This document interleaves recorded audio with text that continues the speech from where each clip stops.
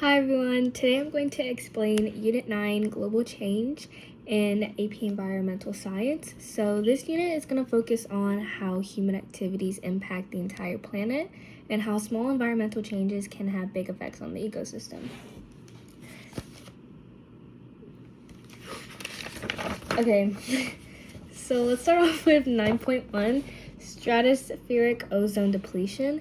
So the stratospheric ozone layer is an extremely important because it protects life on Earth by absorbing the harmful ultraviolet or UV radiation from the sun. So ozone depletion happens when chemicals like chlorofluorocarbons or CFCs break down the ozone molecules in the atmosphere.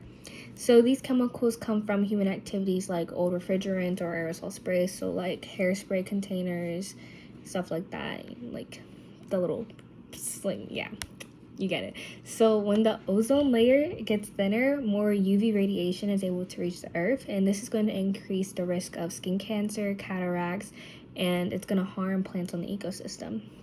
So the image here is going to be the ozone layer, and you can see like it's really thin in this area, and then really, yeah, it's just showing the thinning of the ozone layer.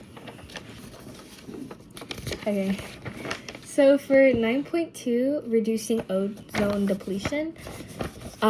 So to reduce ozone depletion, scientists develop substitutes for CFCs. So that the substitute for that is going to be HCFCs or HFCs, and these do not damage the ozone layer, but they are still greenhouse gases, and they don't stay in the atmosphere as long as CFCs do. So they do still do pretty much damage. Well, I wouldn't say that they don't do any like ozone depleting. It's just not as much because they aren't in the atmosphere as long as CFCs are, because they're there for such a long time versus HCFCs aren't, which is why they're better. So it's like just what like Ms. Freeland said, it's like a handoff. It's not really one's just way better than the other. It's just semi better. So they're both gonna still contribute to greenhouse gas emission too. So it's another thing. And then one of the most successful environment agreements is the Montreal Protocol, which helped phase out the CFCs worldwide. And because of this like global effort, the ozone is slowly recovering, and HCFCs are going to disappear like 2030. So this image is just showing like the levels, the difference. Yeah, the CFCs, HCFCs, and HFCs. And then, so now for the next unit, which is going to be 9.3, the greenhouse effect. So the greenhouse effect is a natural process that's going to keep the Earth warm enough to support life. And the greenhouse gases are going to be what's going to trap the heat into the atmosphere. Without that, like we'd be cold, Earth would be too cold to support life. So the main greenhouse gases are carbon dioxide, methane, nitrous oxide, water vapor, and CFCs. Carbon dioxide is going to be what you hear the most, and it's like used as a reference for global warming potential, or GWP, while gases like CFCs have much higher like heat trapping ability. So without the greenhouse effect, Earth would just be too cold for life in general, but too much of it is going to lead to global warming, causing like stuff like glaciers to melt, permafrost, thawing, which is going to release more methane, which is also going to contribute to the greenhouse effect. And methane does have a way higher GWP than carbon dioxide does. So this image right here is going to show like just the greenhouse effect, the solar radiation being reflected off, some getting absorbed, some getting like infrared radiation, stuff like that. So we flip to the next unit. We have 9.4, increases in greenhouse gases.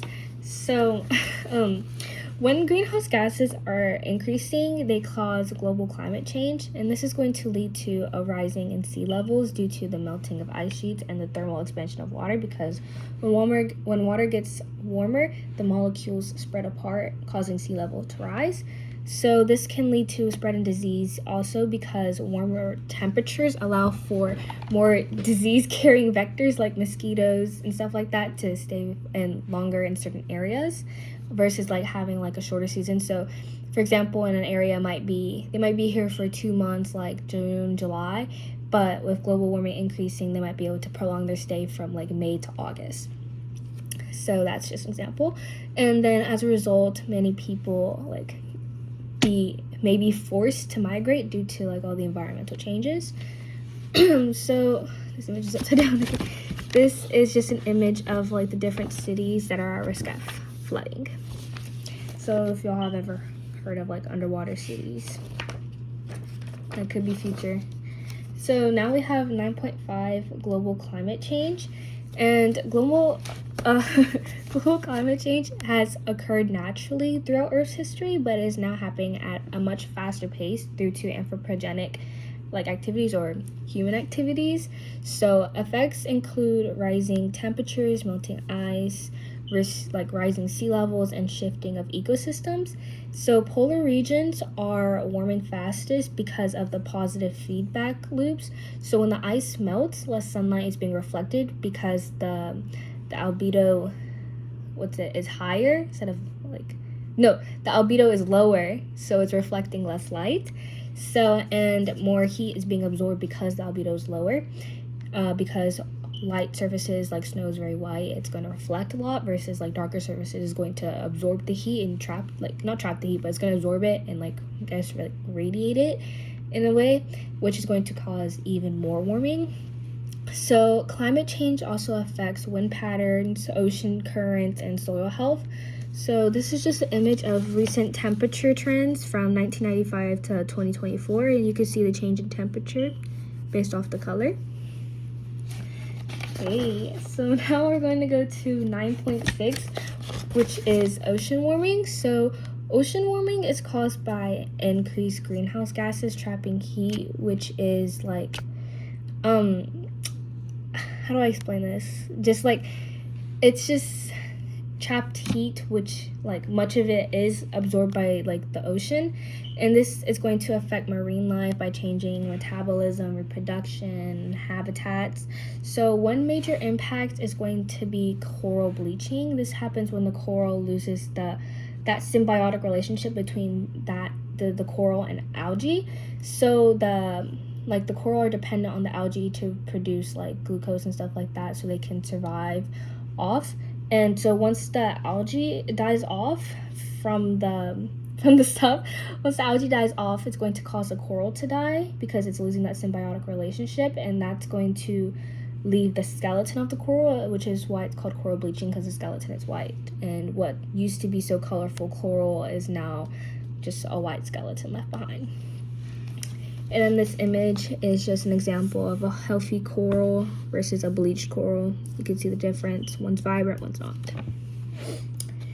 Okay, so now for 9.7, ocean acidification.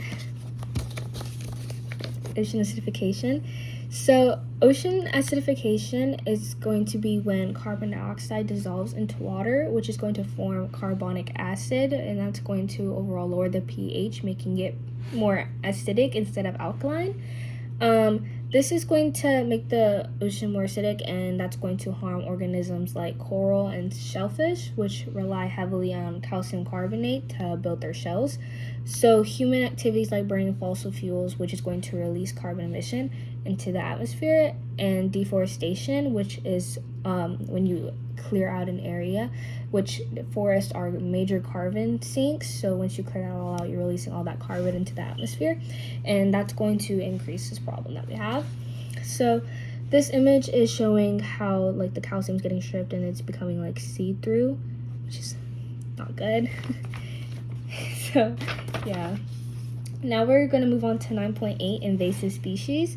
So invasive species are non-native species that spread and harm an ecosystem. So an example of this would be like the cane toad case study we did, where they tried to like implement a predator and it ended up just becoming an invasive species where they're not supposed to be at. So they are often generalists, which means that they aren't picky. They eat whatever, they live wherever, they're much abroad, versus like a specialist species where they have like certain foods, certain locations they need to be in, certain temperatures. Like they're very nitpicky. So and along with them being generalists, they are going to reproduce really quickly, making them R selected type species. So that's going to allow them to outcompete native species for resources because of the rate that they're going to be reproducing at. And so this can reduce biodiversity and disrupt an ecosystem. And humans try to control invasive species through removal, chemicals, and biological methods, sometimes failing, sometimes working. So an example of this is the zebra mussels right here. You can see that they're very invasive. There's many of them. They reproduce a lot. So that's a problem. So now we're finally on 9.9, endangered species.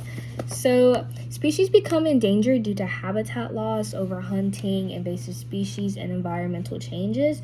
There are some legislative laws that protect this, like overhunting. Like if you go fishing, you'll see that they have sometimes like fishing caps where you can only take like one fish of a certain kind, or one fish per person on that boat, one like certain kind of fish per person on that boat, or like you can only take that fish up to like a certain size, stuff like that. So some species are more vulnerable because they cannot adapt or move to new environments. So conservation efforts include like protecting habitats, creating laws against poaching, and restoring ecosystems. So this is a picture of an elephant being killed. If you don't know, a lot of elephants and like rhinos especially get killed for like their tusk and horn.